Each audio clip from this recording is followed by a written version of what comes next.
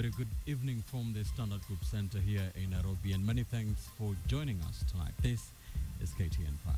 Yes, glad you could make time to be with us this evening. As we begin, senators and members of the National Assembly are warning that they will reintroduce vetting for judicial officers. As KTN's Rita Tinina reports, they have also warned governors who defy the Senate summonses they risk prosecution.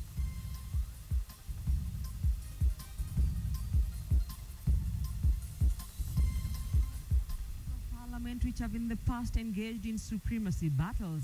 It was a rare show of unity as members of the National Assembly and the Senate came together and spoke in one voice.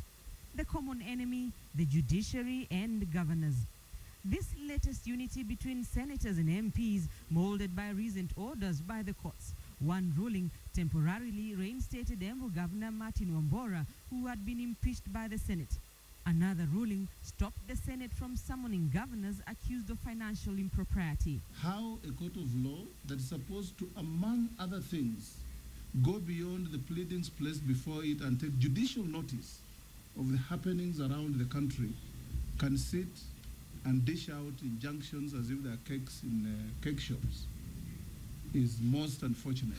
Courts of law should defer parliamentary functions to parliament. The judiciary has become the protector of the graft.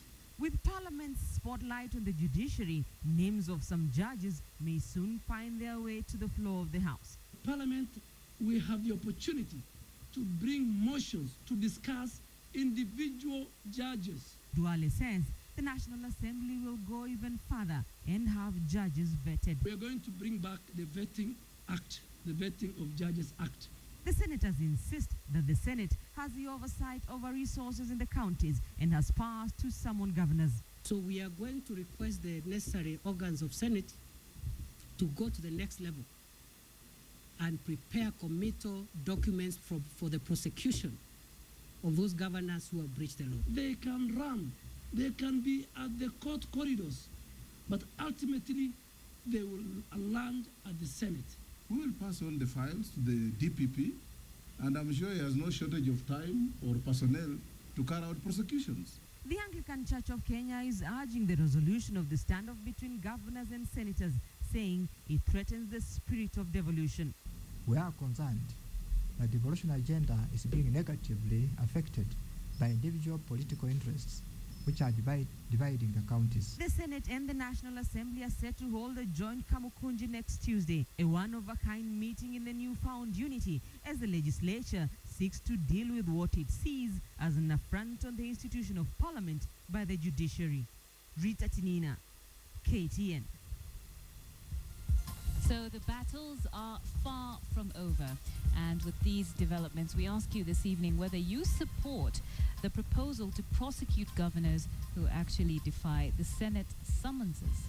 Indeed, do tell us what you think about this standoff. SMS your yes or no response to the number 22155. You can also join the conversation on Twitter. The handles are at Ben_Kitili, at Kachungira, and KTN Kenya. Now, closely related to that, the suspension of Embu Governor Martin Wambora's impeachment has thrown the Embu County into a lot of confusion. Deputy Governor Dorothy Nditi's lawyer says that she is the governor, while Wambora's lawyer says Wambora can now report to office after the Kerugoya court order. So where exactly does this leave Wambora? Well, KTN's James Smart tries to find out. At the courts in Embu yesterday, what started as a political problem in Embu County ended up expectedly in the courts as the country was presented with a conundrum. What that in effect means is that anything that was done after the court order was issued has been stayed, which means he's back in office and the matter will be heard on Monday between all the parties concerned. Well, not quite, if you ask those on the other side of the debate. City lawyer Kibe Mungai, representing Dorothy Nditi, who has assumed Wambora's position as governor of Embu. Former governor or governor of Embu County is not in office. And the High Court yesterday in Kerugoya, the three-judge bench did not make an order to reinstate Martin Wambora to office. and I believe his advocates can confirm that. The first impeachment of a governor under the new dispensation was always going to present somewhat of a difficulty in its interpretation. I don't think anybody is disputing the competence of the Senate to impeach a governor, because that's the law. What everybody has a problem is with once the Senate was served, you cannot disregard a court order, because the senators themselves, when they have issues, they run to court to solve it. And when they have a problem with Parliament, they went to the Supreme Court for advisory opinion. One of the hallmarks of the new constitution is its absolutism in institutions, exercise of powers, but most importantly, checks and balances. In this country, there's a rule of law. This place does not belong to the MCAs or the governor. If the court speaks and says that certain steps should be taken, people must obey the court orders. And if one does not obey court orders, then there are actions that will be taken. The law does not sleep, the law does not go on leave. The law takes its course. I challenge anybody saying that actually to show the court order that said that. Because if a court orders something, there should be an order in existence saying that Martin Wambora has been reinstated to the office. What is clear is that in the precedent-setting case, the people of Embu will have to be the proverbial guinea pig, as Kenya's new law is fast on testing the waters on which institution can do what, when, and how. For now, the country will be treated to as many legal opinions as there are lawyers. And while Martin Wambora is faced with what is essentially both a political and legal problem, whether he navigates to safer waters or drowns will set the path for similar cases. Nobody should exercise powers he doesn't have. There's a constitutional provision that when you don't have that power, don't pretend to exercise that power. To the people of Embu and to the public generally, they should not take seriously the serious misinformation. And I believe those people who made that misinformation owe the country and the people of Embu an apology for that. James Smart, KTN. Well, next we look at an issue that has come up in recent times about the public wage bill. Now, the Salaries and Remuneration Commission is set to review this wage bill and actually produce a report within 3 months. Of course, one of the issues that they will be looking closely at is the disparity in public service allowances, where there's a lot of people at the top earning large amounts and maybe smaller amounts towards the bottom. That's one of the things that will be looked at. Also, unchecked spending by counties with something that will raise the public wage bill massively. This is also going to be looked at by the Commission, where you have a situation where counties may be spending on things that they're not even sure that should be taken care of by the national government. And right now, the current wage bill is 450 billion Kenya shillings. This is actually 50% of all the revenue that is collected by government, and yet the recommended amount is 35%. It's also 12% of the GDP, which the recommended amount is actually around 7%. So there is definitely a huge public wage bill problem, and of course this could lead to things like inflation, which without a doubt will affect the common one and cheap. So to discuss this problem further, let's go to Ben Kitili, who has someone to shed some more light on this issue. Indeed, Nancy, let's bring in the chair of the Salaries and Remuneration Commission, Sarah Serem. Thank you, ma'am, for joining us tonight. Thank you, Ben. Before we go to the details of this, almost 12 months ago, the president, in his maiden speech to Parliament, he did single out the public wage bill, which was ballooning, saying Yes. that is something that needs to be cut down. Almost 12 months on. What can you report to Kenyans? Ben, 12 months ago, we did sound an alarm on the facts of the matter on concerning the wage bill, that at that point it was unsustainable. And what were we looking at? The wage bill at that point stood at 458 billion, which literally translated to 12.1% of the GDP. What is the situation currently? We've moved, and naturally it's expected that with the devolution, definitely that was bound to move up. And we are talking of 2013-2014 budget, we are at 500 billion. So the 12.1% is moved to close to the 10% currently. And if you remember what we shared as SRC, for a wage bill to be sustainable, then it should be below 7% of the GDP. So speaking of counties, the Institute for Public Accountants of Kenya has said that spending by the new county governments may lead to more ballooning of the wage bill, as it were. So, what are you doing to be able to counter this with the new county governments, with some expenditure that like salaries and building of county government offices? What will you do to be able to counter this? Spending definitely without a commensurate source of revenue is unsustainable for any business, even from a family unit. Our concern is the remuneration aspect of it, because that's where we fall in. Our mandate is focusing on the remuneration. When it comes to spending on other areas, it is upon other bodies as well to come in and look at the sustainability of the current expenditure, both within the national and the county government. I think of interest for us is whereas we did move into set salaries, and literally talking of modest salaries in relation to the economy of this country. Why our main concern is the numbers, the establishment at the county level, because that in itself raises the wage bill, because the wage bill is made up of numbers and the values. So whereas you will manage the number, the value, how about the numbers? Because that's also translating into huge wage bill. It's definitely unsustainable. Now, your commission is planning to review the allowances of civil servants. There are around 700,000 civil servants in Kenya, in like 500 different job categories. Now, how will you do this and make sure that there is parity? Like, Kenyans need better services, so those people who can give better service need to be paid. How will you balance this and harmonize the wage bill? Our focus as a mandate is to set and to review. While looking at that, there are principles for consideration. One of it is the sustainability. And that is almost a natural focus, because unless you have what you want to consume, then literally it means you have to get other resources to consume. What we did with state officers' positions, because we realized one of the greatest expenditure was actually within the allowances, that we set a gross package, and out of that gross package, 40% was accounted for allowances.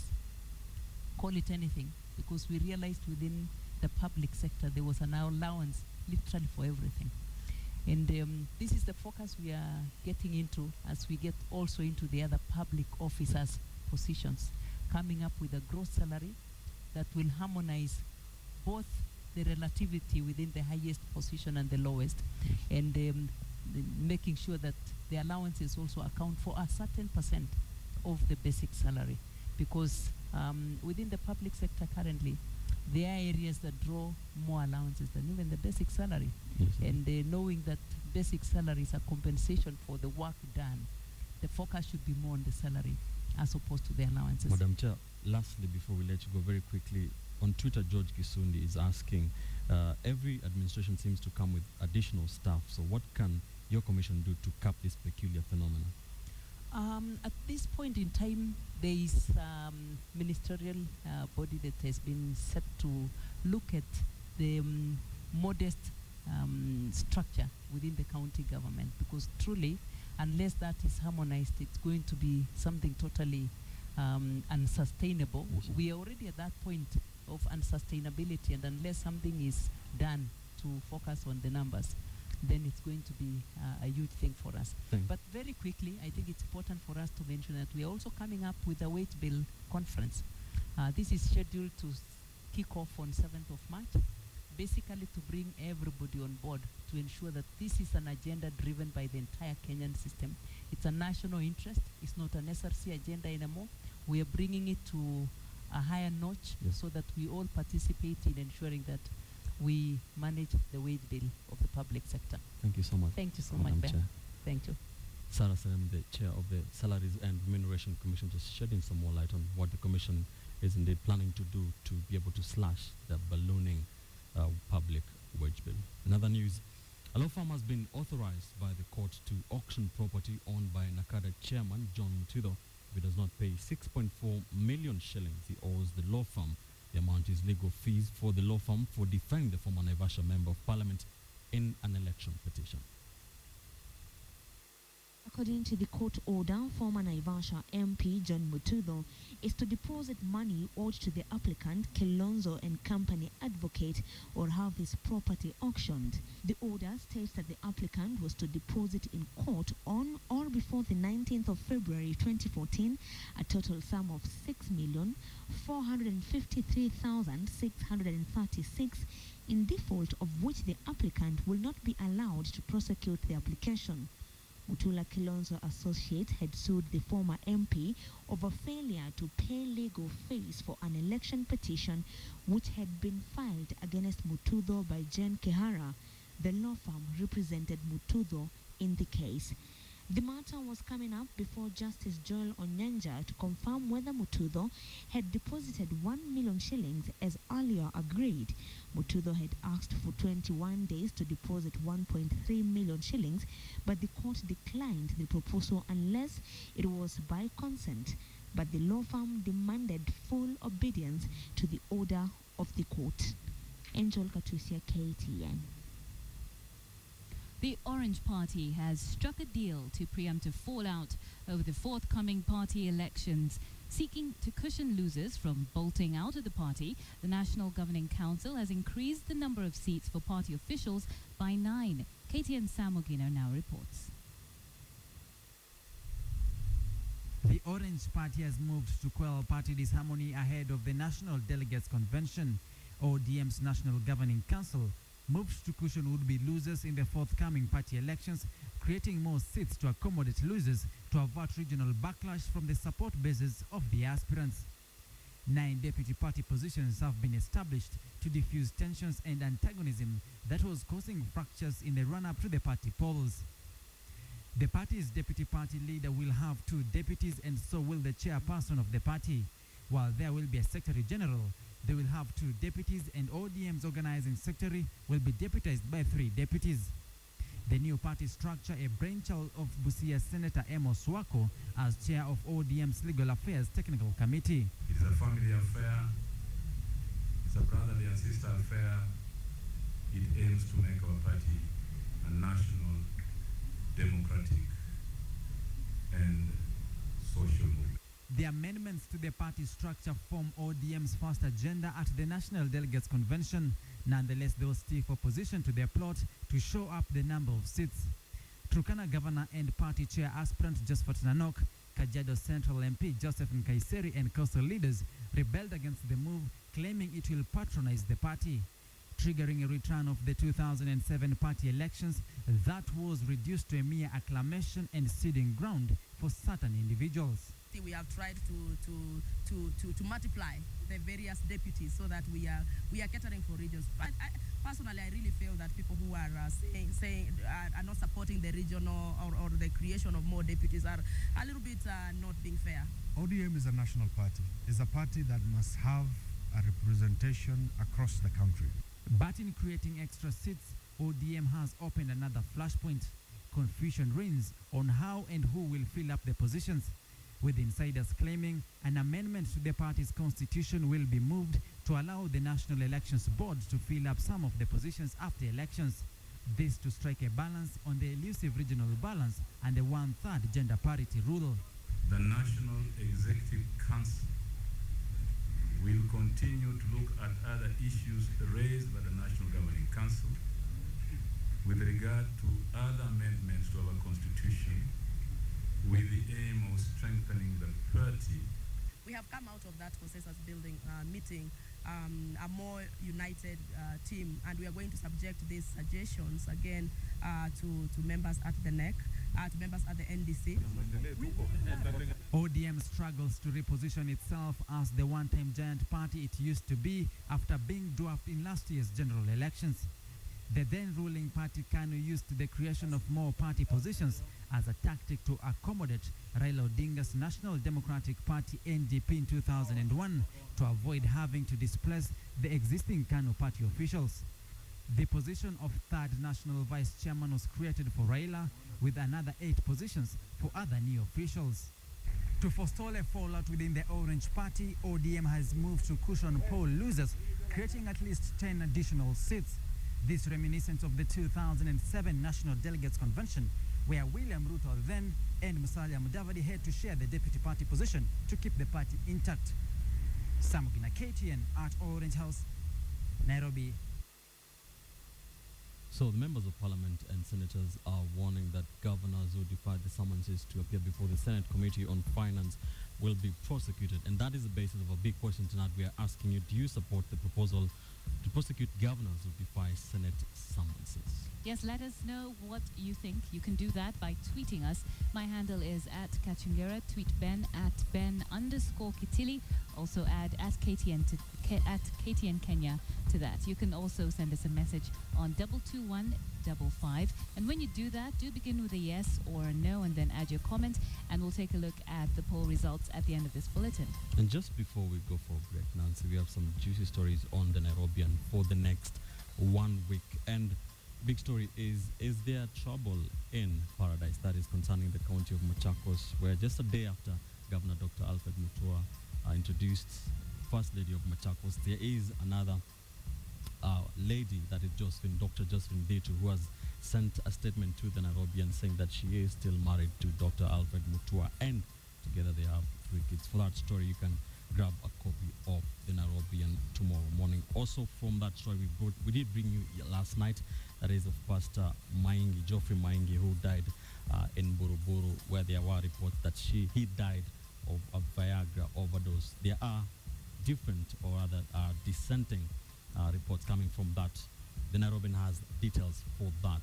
You can grab a copy of the Nairobian tomorrow morning for details of those 2 stories and much more.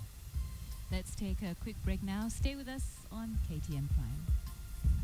Whereabouts of Masjid Musa raids suspect. You're watching KTN Prime.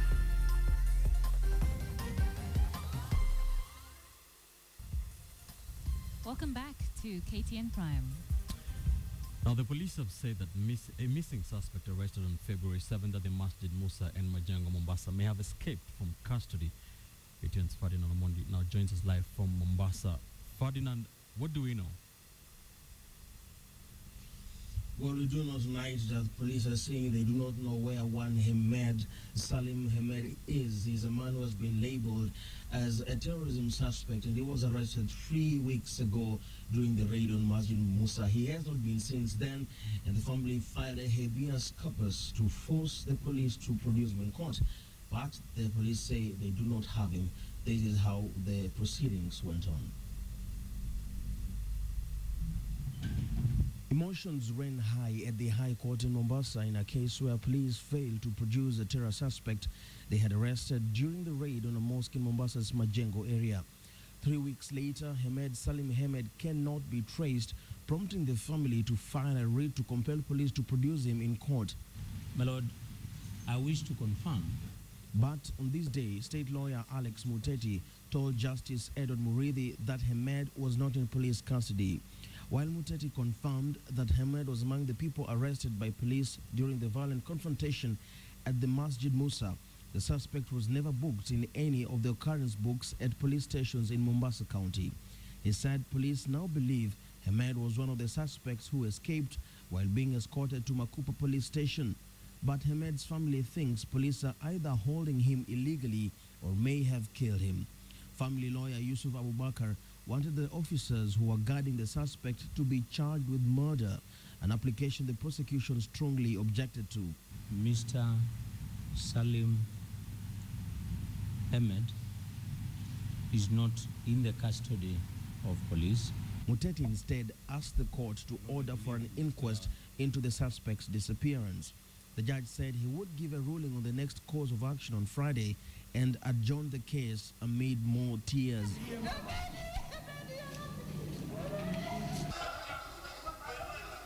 This is the last known footage of Hamed being hauled off out of Masjid Musa by armed police and the CID. Police have linked him with a G3 rifle, which was snatched from a police officer who was critically injured during the raid. The officer has since died.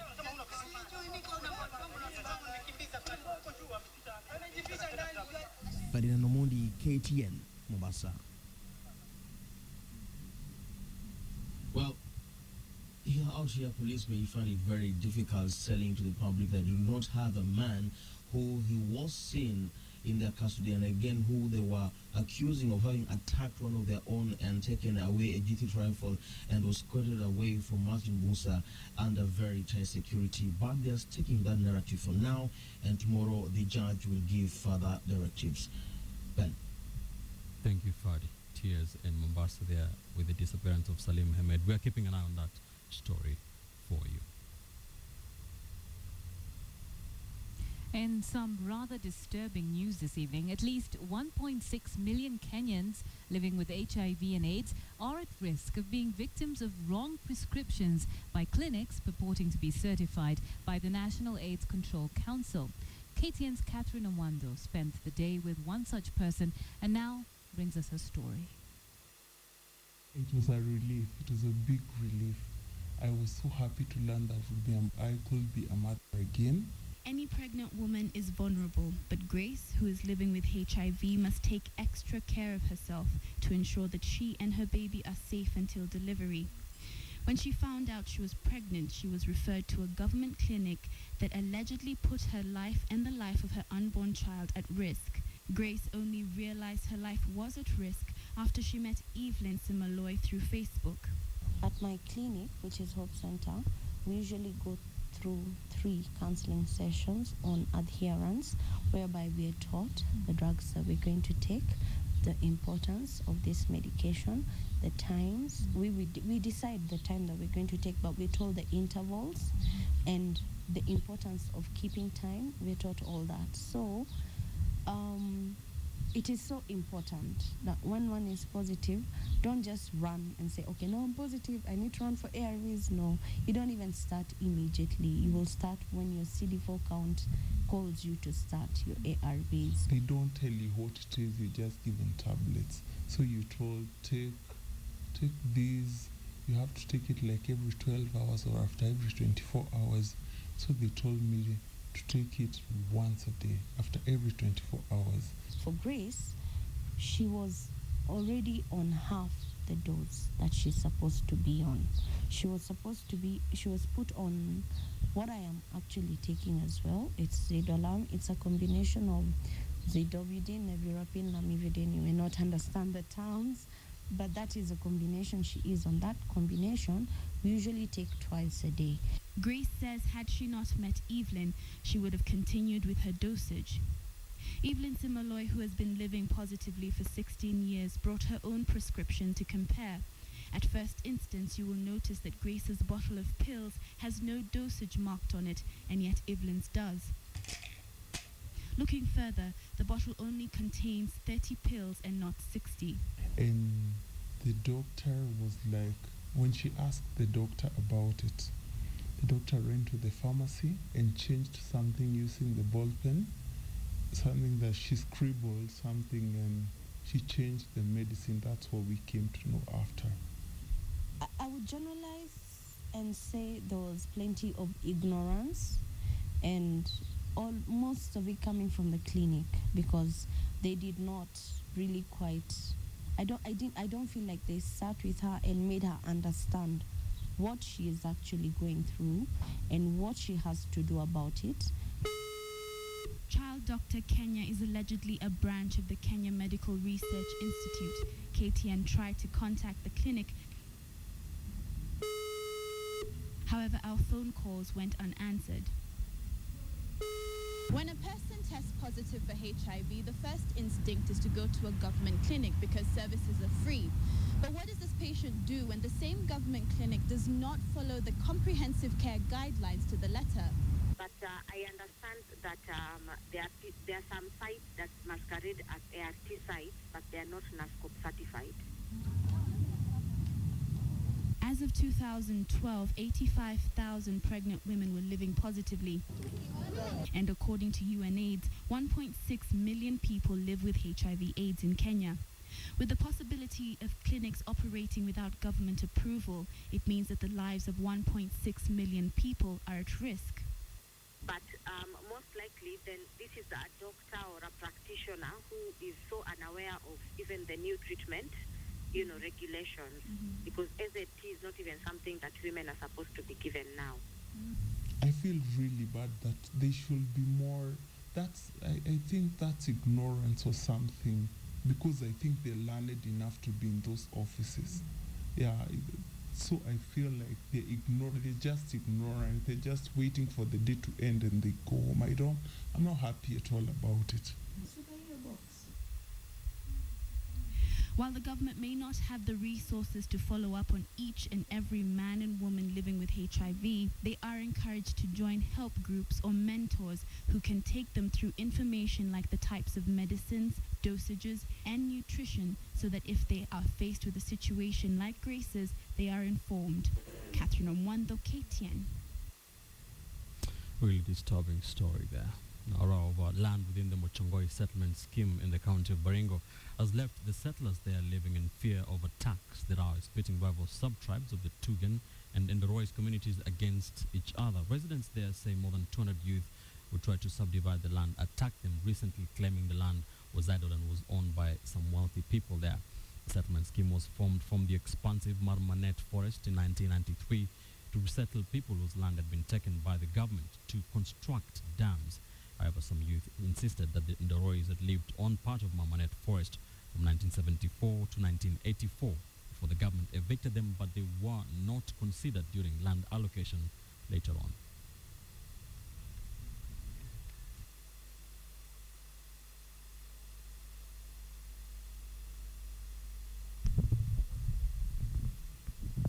Hata mali hao walivamia shamba juu ya mashamba ya watu wengine.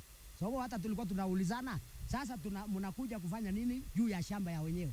Kwa hivyo nataka ombi langu ni serikali waone jambo hili na uvamizi huo ni wa aina gani. And we'll address obviously the concern and hopefully we'll address it to the satisfaction. But we want them to stay in peace, and we want private property must be respected by all. So the situation has been addressed adequately by the governor. Welcome to The Business. I'm Edith Kimani. Tanzania and Burundi will be included in the yet-to-be-launched Central Corridor infrastructural projects. This is according to three heads of states of the EAC member countries meeting in Kampala, Uganda, under the banner of the 4th Summit on Northern Corridor Integration Projects. Philip Keitani has the details. And would like to thank the integration process of the 5 East African member states had at one point threatened to go out of hand. However, at the latest meeting in Kampala, Uganda, the so-called coalition of the willing said all the projects will go towards including all members of the community. We remain clear of the need to also fast-track the Central Corridor with the ultimate objective of linking all of these, including our waterways, our various power initiatives. And this, therefore, is just but a beginning. According to the resolutions of the 4th Summit meeting, the infrastructure projects will be aimed at increasing the flow of goods within the East African community. Progress made on current joint projects is encouraging. We have to maintain and even speed up the momentum, especially on the core infrastructure for transport and electricity in order to complete the agreed projects. Already, movements of persons has been fast-tracked with the provision for citizens of Kenya and Rwanda to travel on national identity cards and Ugandan on voter cards within the East African community. Additionally, the launch of the single visa is also expected to see joint tourism marketing campaigns for the region. Integration will improve our economies, will give us a voice, sauti, ulimwenguni, and will improve our strategic security. Under the joint tripartite agreement, Uganda committed to lead the railway development and the political federation section, while Rwanda took charge of the customs, single tourism visa, and East African Community electronic identity cards, as Kenya leads the implementation of the oil and electricity generation. Philip Keitan, KTN Business. Elsewhere, Mumias Sugar has announced a 73.4 million shilling loss in its half-year ended December 2013. The result, however, marks a 93% improvement for the sugar miller that in 2012 posted a 1.1 billion shilling net loss. Michael Karanja with the details. The tough time at Kenya's only listed sugar millers seemed to be subsiding, but the company is still not yet out of the woods. Beleaguered by a poor run of results, the company's turnaround has started bearing results, albeit marginally. In 2012, Mumias posted a half-year net loss of 1.1 billion shillings. This was followed by a 1.6 billion shilling full-year loss. The sugar miller's fortunes, however, seem to be reversing, posting a 93% growth, lowering its loss to just 73.4 million shillings. In the 6 months to December, the miller was forced to take drastic measures, key among them cutting costs to boost profitability. Last year, Mumias reduced the price at which it buys cane from 3,085 shillings. The miller has also diversified into bottled water, ethanol and power, a move aimed at cutting reliance on sugar. This has seen revenues grow by 31.5% to 7.13 billion shillings. In its financial statement, Mumias indicated that sales from ethanol increased to 488 million shillings in the first half from 50 million shillings in the same period a year earlier, while the water business grew revenues by 40% to 14 million shillings. Sugar millers in the country are currently operating below their required capacity as they grapple with cane shortage. About 154,300 hectares have been put under cane production, accounting for 500,000 tons of sugar produced annually against a demand of 800,000 tons of sugar. This has seen an influx of cheaper sugar imports into the market, further eroding the industry's earnings. Michael Karanja, KTN Business. It's a deal that everyone is talking about. Facebook announced Wednesday it will buy messaging app WhatsApp for 19 billion, an equivalent of 1.6 trillion Kenya shillings in cash and stock. Now, under the terms, Facebook will pay $4 billion in cash and 12 billion in stock. The agreement also provides an additional 3 billion in stock grants for WhatsApp's founders and employees if they stay employed by Facebook for 4 years. The CEO of WhatsApp will join Facebook's board. WhatsApp is used by more than 450 million people and allows users to send text messages for free over the internet. Facebook says it's buying WhatsApp because a startup has over 450 million active users and is still growing. Both companies say they have similar missions, which is to connect as many people as possible.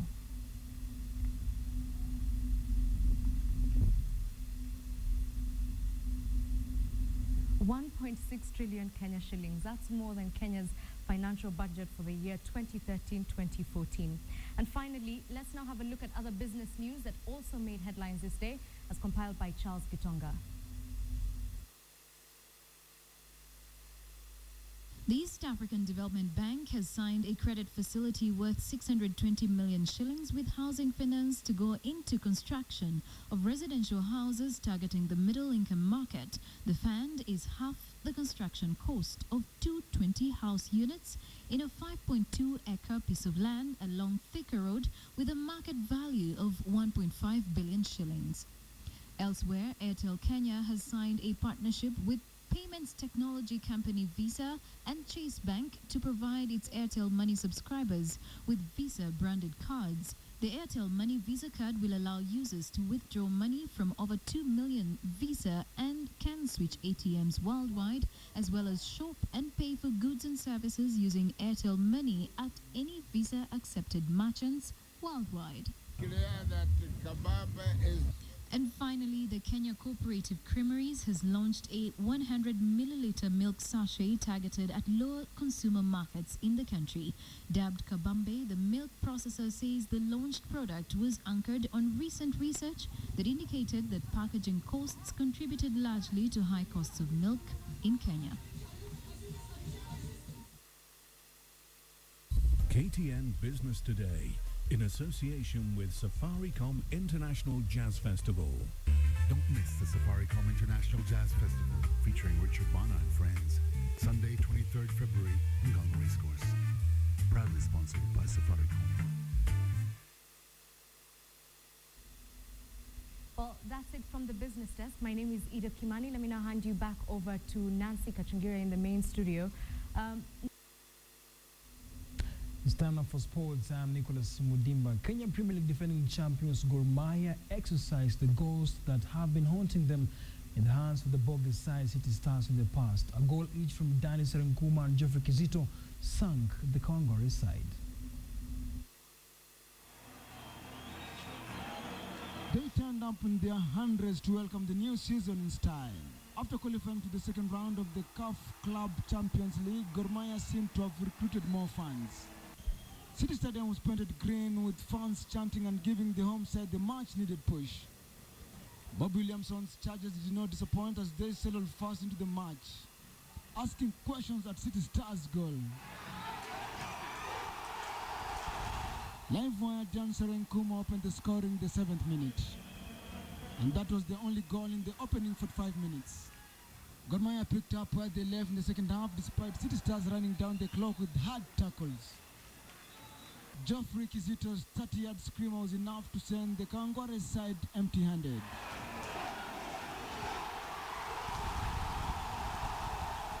Williamson had to rejig his squad after their continental assignment and believes he has enough depth for the Champions League assignments, as well as the domestic engagements without losing eye on the Kenya Premier League title. We went away to Gabon. We had to defend a bit more than we had to today. So we went more offensive, brought in more offensive players than we had in Gabon, and that's just the nature of it. We'll change as we see fit. We are still building the team. You know, I'm just a new coach, and most of these players, I have never worked with them before. And we've just started the league today. Gor Mahia joined Sony Sugar, Coastal Side, Bandari FC, Sofapaka and Western Steam on 3 points after the first round of the 2014 Kenya Premier League season. Hassan Juma, KTN Sports Today.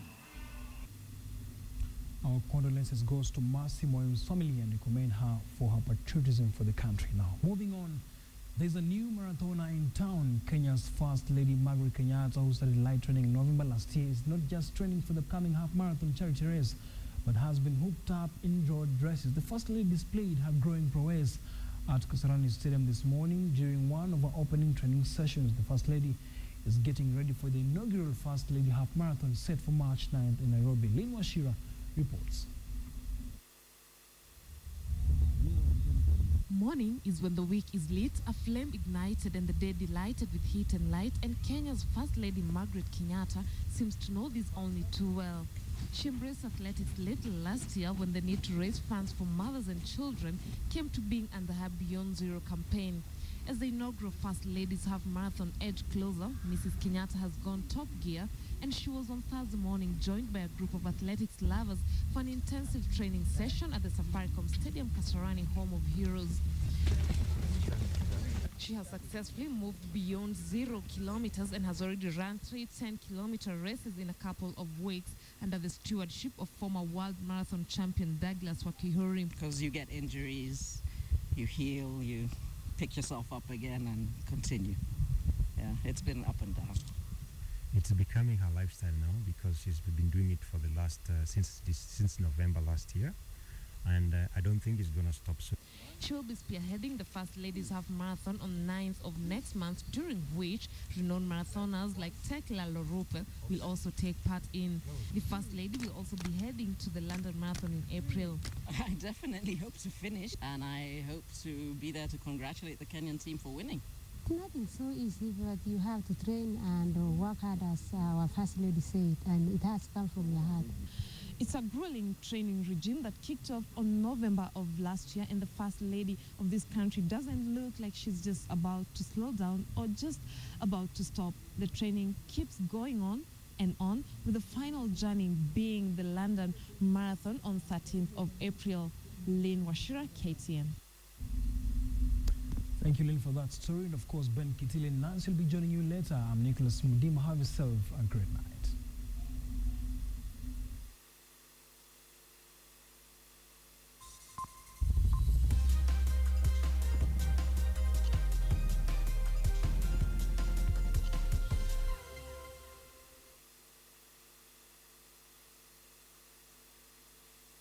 KTN weather forecast in association with Mortein Doom Cockroach Killer.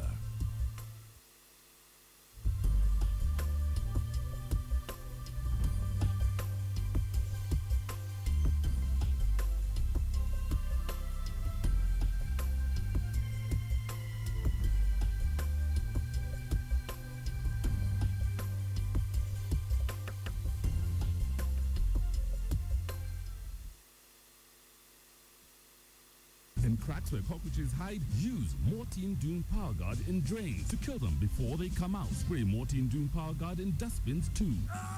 Mortein Doom! The ultimate cockroach killer.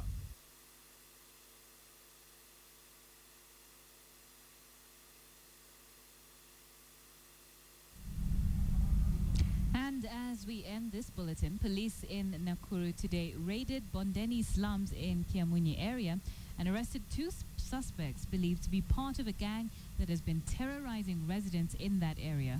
The two suspects were arrested after a thorough search where the police recovered a homemade AK-47 rifle loaded with 4 rounds of ammunition, among other weapons and stolen items. Now, the area divisional police commander, Bernard Kioko, who led the operation, said that the police was still pursuing the rest of the gang that becomes active during the rainy season.